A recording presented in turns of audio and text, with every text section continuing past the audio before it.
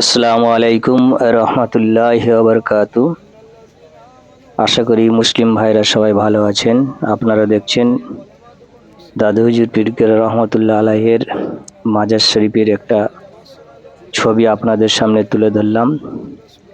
আপনারা জানেন ভারতবর্ষের দ্বিতীয় বৃহত্তম তীর্থস্থান কেন্দ্র 21শে ফাল্গুন, 22শে ফাল্গুন এবং 23শে ফাল্গুন এই ইসলাহ সাহেব মাহফিলের আয়োজন দীর্ঘদিন ধরে হয়ে আসছে। দাদা হুজুরের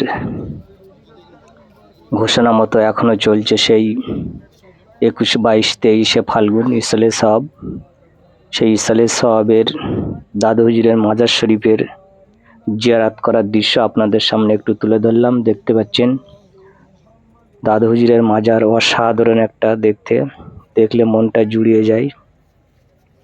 যিনি না আসলে আমাদের পশ্চিমবঙ্গের মানুষ আজ অন্ধকারে ডুবে থাকতো। তানার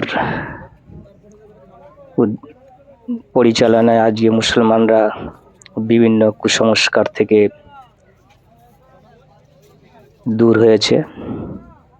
দেখতে পাচ্ছেন সেই দাদা হুজুরের মাজার শরীফের চিত্র আপনাদের সামনে তুলে ধরলাম এবং অগণিত হাজার হাজার দর্শক অর্থাৎ মানুষ যারা দাদা হুজুর পীর রহমতুল্লাহ আলাইহির ভালোবাসেন, মহব্বত করেন এবং তানার মতদর্শ মেনে চলেন, সেই মানুষগুলো আজকে হাজার হাজার মানুষ রাত 2টা 3টে পর্যন্ত এখনো পর্যন্ত জিয়ারাত করছেন। দেখতে পাচ্ছেন অগণিত মানুষ, ভিতরেও অগণিত মানুষ এবং চতুর্দিকে অগণিত মানুষ হাত তুলে দোয়া করছেন।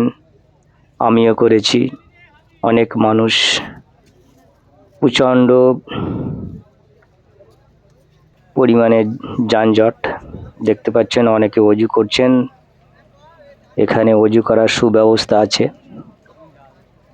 সেই ওযুর দৃশ্য আপনাদের সামনে তুলে ধরলাম। ছোট হুজুরের মাজার শরীফ থেকে যেখানেই যাবেন আপনার অগণিত মানুষ, প্রচণ্ড ভিড়। রোজার মাসে এই প্রথম আমাদের ইসলে সাহেব দেখলাম। প্রায় 35-36 বছর পর এই ইসলে সাহেব রোজার মাসে পড়ল। দেখতে পাচ্ছেন অগণিত মানুষ, অসংখ্য মানুষ, মহব্বতের মানুষ, তারা ফুরফুরা শরীফে এসেছেন। রাত 2:30, 3টে পর্যন্ত এখনো কবর জিয়ারাত করছেন, অর্থাৎ মাজার জিয়ারাত করছেন।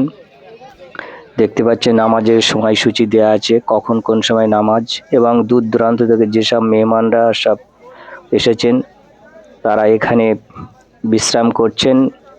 তারাবি, ইফতার, সেহরি সবই এখানেই হচ্ছে। হুজুরদের প্রত্যেকটা বাড়িতে দরবার শরীফে খাওয়া দাওয়ার ব্যবস্থা আছে, ইফতারের ব্যবস্থা আছে, রাত্রে বিরিয়ানির ব্যবস্থা আছে এবং সেহরির ব্যবস্থা আছে। কোনো দিকে খামতি নেই, সব দিকে সুব্যবস্থা আছে।